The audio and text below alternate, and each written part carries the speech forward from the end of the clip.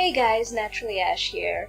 So I've been interested in astrology since the late 90s, and I've really only read books that, were available in bookstores, so I read most of the mainstream astrology stuff. And at the time I thought that's all there was to astrology. But a few months ago, I went to a used bookstore and picked up an astrology book called Astrology 14. The book was originally published in 1970, and my copy got published in 1971. But Astrology 14 was definitely different from any other astrology book I've read.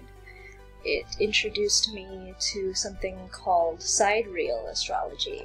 So, sidereal and tropical, which tropical is another term for what we know as traditional Western astrology. Sidereal and tropical are terms that are used to describe two definitions of a year. And they're also terms used for two systems of ecliptic coordinates used in astrology. So both sidereal and tropical divide the ecliptic into signs, which were named after the constellations.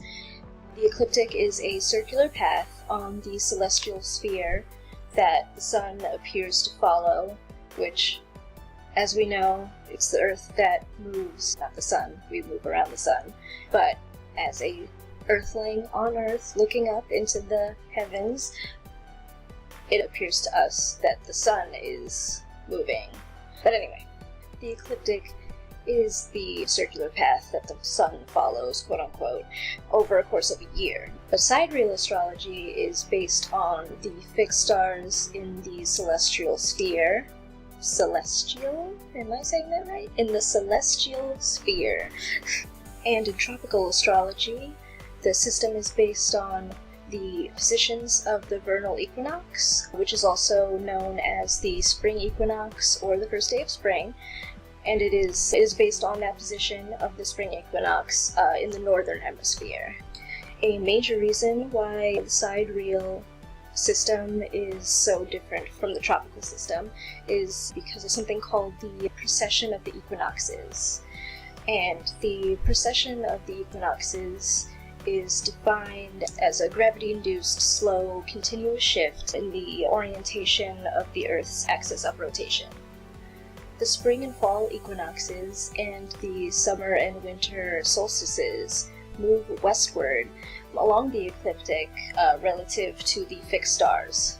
The equinoxes also move opposite to the yearly motion of the sun along the ecliptic. That might be a little hard to understand, but basically, because of the precession of the equinoxes, the two systems do not remain fixed relative to each other, but they actually slowly, very slowly, drift apart from each other over centuries. So why you might not have heard of sidereal astrology is because tropical astrology is prevalent in the West, and sidereal astrology is mostly prevalent in India, though I would say sometime during the middle of the 20th century there have been a few Western astrologers that have published books, written books about sidereal astrology, and have added their own spin to it, including adding 2 alternative signs to the zodiac, which is what Astrology 14 is all about. With that said, there are so many different traditions in sidereal astrology, both in Hindu astrology and Western astrology. Some traditions still have only the 12 signs, some have 13, and some have 14.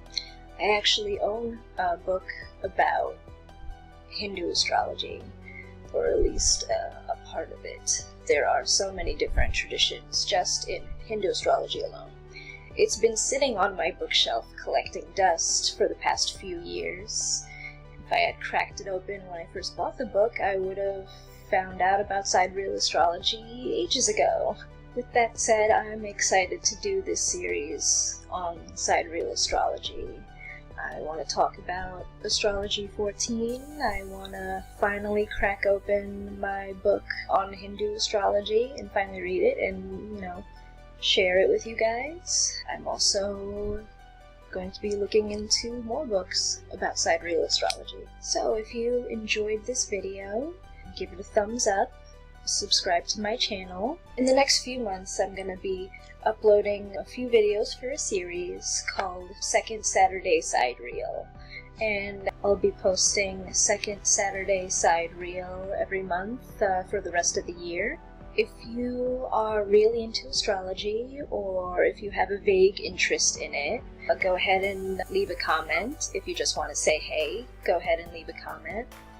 Thanks for watching. I'll see you when I see ya. Bye.